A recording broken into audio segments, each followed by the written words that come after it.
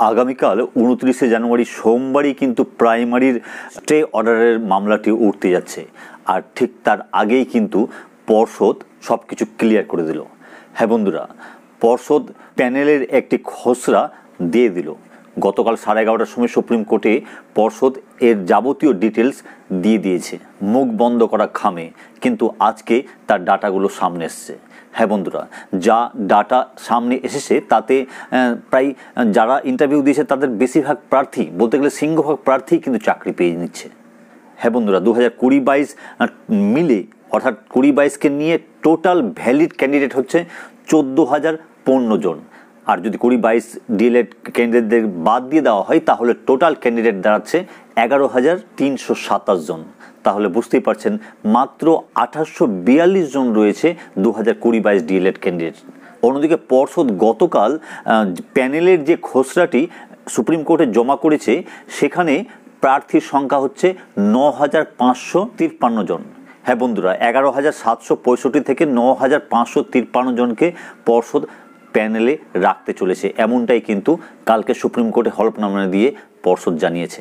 11,337 জনের মধ্যে 9,553 জন যদি চাকরি পেয়ে নেয় তাহলে পড়ে থাকলো প্রায় 1,500-এর মতো। তাহলে বোঝাই যাচ্ছে যে প্রায় সবাই, 1,500 বাদ দিলে প্রায় সবাই কিন্তু চাকরি পেতে চলেছে আসন্ন প্রাইমারির নিউ রিক্রুটমেন্টে।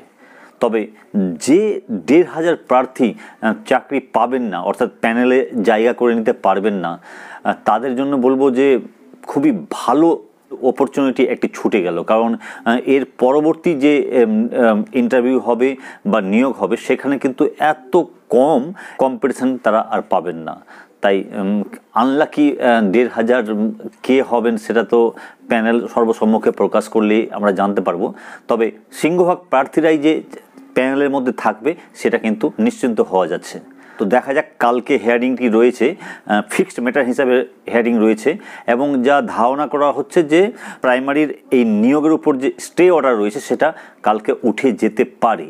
তবে আবার বলছি মেবি, কারণ আদালতের কথা কেউ কখনো নিশ্চিতভাবে বলতে পারে না, তাই আমরা ধারণাই শুরু করতে পারবো। অন্যদিকে এই প্যানেলের মধ্যে বিএড ও এনআইএসরা কি থাকবে, এ নিয়ে অনেকেই অনেক জায়গায় প্রশ্ন করছেন।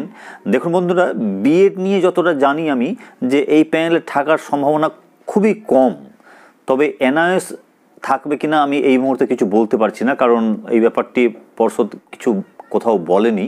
দেখা যাক, প্যানেলটি সর্বসম্মুখে আসুক, তাহলে বোঝা যাবে ব্যাপারটি। তবে পর্ষদ সূত্রে আমরা জানতে পেরেছি যে আদালতের অনুমতি পেলেই খুব শীঘ্রই কিন্তু এই প্যানেলটি প্রকাশ করে দেওয়া হবে এবং এই প্যানেলের উপরে কাউন্সেলিং করিয়ে বিদ্যালয়ে জয়েন্টও করে দেওয়া হবে। হ্যাঁ বন্ধুরা, এরকমই কিন্তু খবর পেয়েছি, কারণ আপনারা অনেকেই জানেন লোকসভা ভোট আসন্ন, আর ফেব্রুয়ারি মাসটাই আমাদের হাতে রয়েছে।